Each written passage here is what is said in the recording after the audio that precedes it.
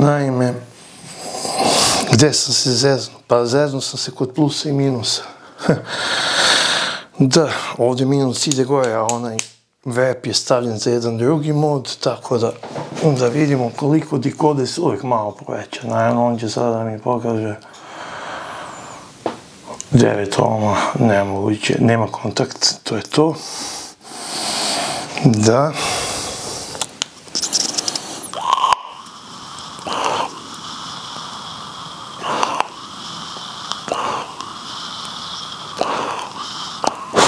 Jedan i pol ohm.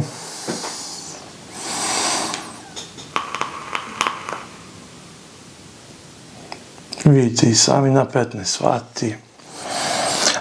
Ovo sam htio da vam pokažem, novi BIOS, bit će recenzija, nego sam samo htio da vam pokažem zbog ovih chipsetova DNA 60C koji je uradio update i koji mogu da se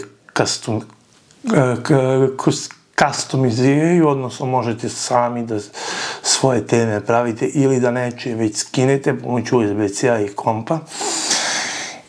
I imaju taj, čućete sada klik,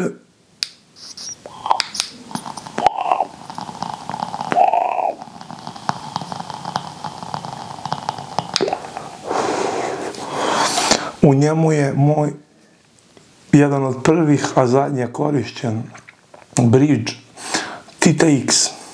Žao mi je tada što nisam znao da uzmem Tita X Boro RBA. Jako mi je žao. Naravno, ovo je Monarch original drip tip. To možete da vidite.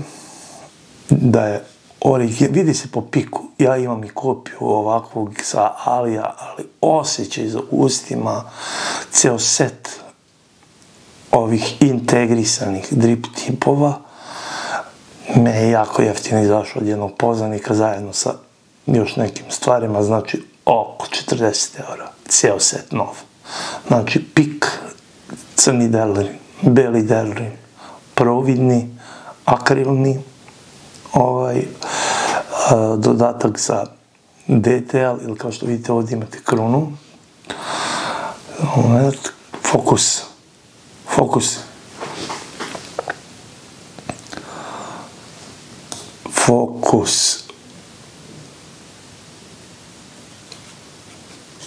ne znam da li se, može da se vidi, na jednoj strani je kruna, na drugoj strani je slovo M, za mount, koje označava mount lang. Znam da ima 5 ovih dodataka i ovaj pik je neverovatno dobar za osjećaj ustima. Drip tip je u stvari najbitniji deo svakog uređaja. Ako drip tip je od metala, ja metal ne mogu da podnesem, ima ovakvih, to je, ja mislim da se zove Monarch Sailor V2 ili Cyber V2, tako nešto. Stariji drip tip u pitanju, oni su sad izbacili i kompanija Prc također, koja je ovaj uređaj izbacila, najnoviji njihov BIOS, je izbacila novi drip tip, zove se Rook, The Rook, ima za DTL, RDL, MTL, odličan u svim bojama i 510 varijanta tog drip tipa je oko 20 eura, dok je integrisan i negde oko 25-27 eura. Znači, u boji po želji. Pik varijanta je malo skuplja, ja mislim da je ona oko 32-33 eura za Boro uređaj. 510, 21, 28, ima ih u raznim online prodavnicama širom Evrope. Na stanju, naravno.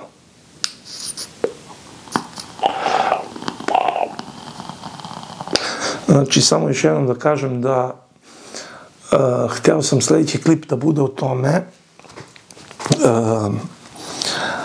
tome da se ja vidim na njemu, naravno, mislim da je tako bolje, da udaljim kameru, da bi se ja video. Naravno, ovaj gimbal koji sada mogu da dižem, spuštam, nosim, vrtim. Vidite, sada je naravno, on je zakočen. Je dosta težak i on ima konekciju sa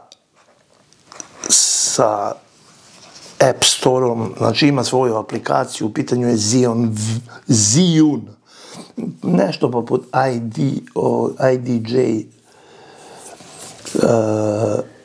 stabilizatora, samo je mnogo zeznut za početnike, za podešavanje, pošto ima 4 ose, kao što vidite, prva osa je ova, druga osa je ova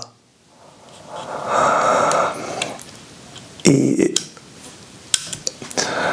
treća osa je ovo cijelo, četvrta osa sada je zaključena, četvrta osa, da uključam i četvrtu i ova, tako da on ok radi, ja sam ga dobro stabilizovao, sve sem ova mi pada stalno, a trebala bi da bukvalno kada se nađe tačno tačka sa svim dodacima na kameri, tu je naravno i mikrofon, kada se nađe tačka ravnoteže, odnosno da ne ide ni levo ni desno, precizno, znači to, ali po svim osama mora da bude precizan, onda je on kompatibilan i kompatibilan i sada, samo što bi trošio mnogo više struje, odnosno mnogo više baterije. U sebi morao bi brzo da se puni, ne bi mogao ovako dugo da snima. Uostalom, on je sada upaljen na nekom FM režimu, ali on nema funkciju, pošto sam ja ovo zaključio. Sad ću da vidim kada otključam sve, odnosno